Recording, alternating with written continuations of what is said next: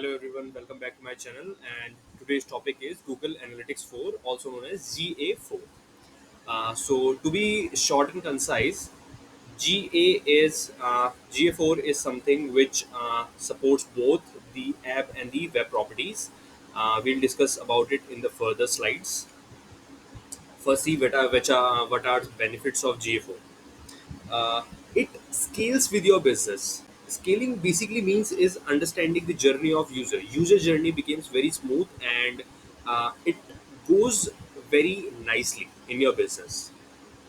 Another one is adapts to the changing environment. See, marketing is something that keeps on changing continuously. New things comes, and you got to have new features and new things as the users need changes continuously. So GA4 is something you can rely on with the changing environment. Reveals intelligent business insights.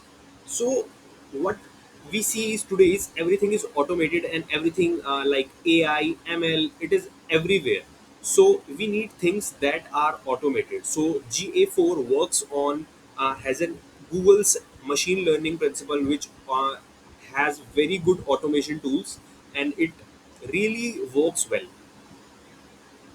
uh, Last point is helps you achieve your marketing goals. The Google Analytics version 4 or 4 is based on the principle that it really helps you achieve your marketing goals.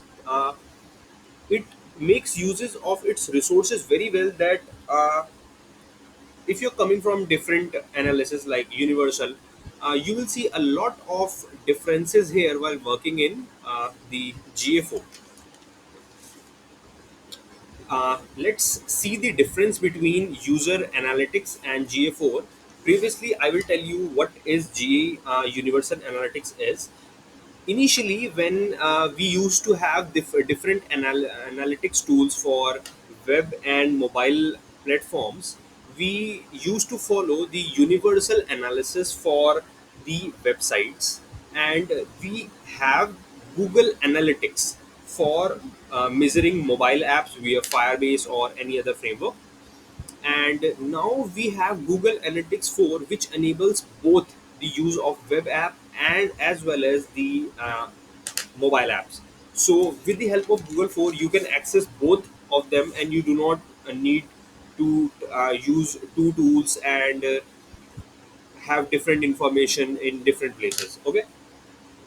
Now, what is the difference?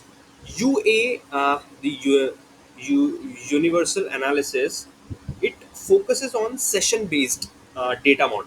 So, a session-based data models where sessions are recorded, the default time for session is 30 minutes, and it measures data in form of hits. Whereas in Google Analytics, it is a flexible event-based model, and it responses on events. Okay. Next point is limited cross device and cross platform reporting. So here the cross platform reporting is limited, and we have limited device support. Whereas in GA4 we have fully cross device and cross platform support. So you can have access to a lot of other devices and lot of different platforms here, as I told you about web and the app framework platform. Automation is very less in universal analysis, and we I've just discussed with you that we have inbuilt Google's machine learning included here. So we have machine learning throughout to improve and simply insight discovery, and it really helps in communication, sorry, uh,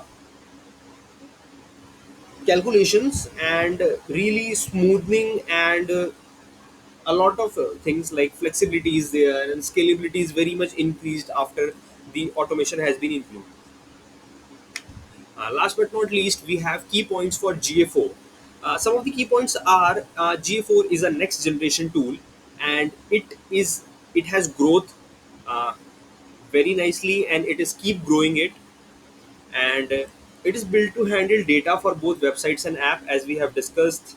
The latest analytics experience, it is one of the latest tool we use it today, and it has a fully operational today. New features and innovations are being added every day, so you got to have updated version updates, or you get to check updates for GA4. uh, Another key point is it is easy to create new audience, and you have more options when defining and segmenting these audience. See, you got to have a good catch of your audience, and you can add up new audience and keep a good look at them. G4 Properties collects and store user information with your business as events instead of sessions. Yes, we have discussed it. We uses event based model here instead of the old approach, which was the session based model. It allows more flexibility, more scalability, and it performs really well custom calculations with faster and more efficiency. So yes, it is really good.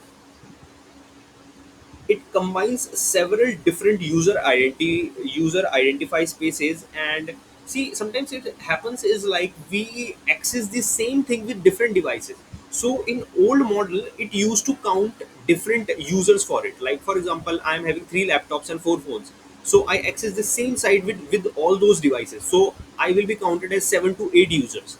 But after the GA4, it will be counted as one user, because my ID will be logged in all the devices, and I am using the same website for accessing. So it will count me as a single user, and it is really very helpful when you want to know your unique users. How many unique users do you have? It also gives better insights and better user journey. If you compare with the older version, cross devices and cross platform data reporting is really very helpful in GA4, and it duplicates user data. You do not have duplicate same user repeating as we have in earlier versions. So we'll keep this on after few more videos. Thank you.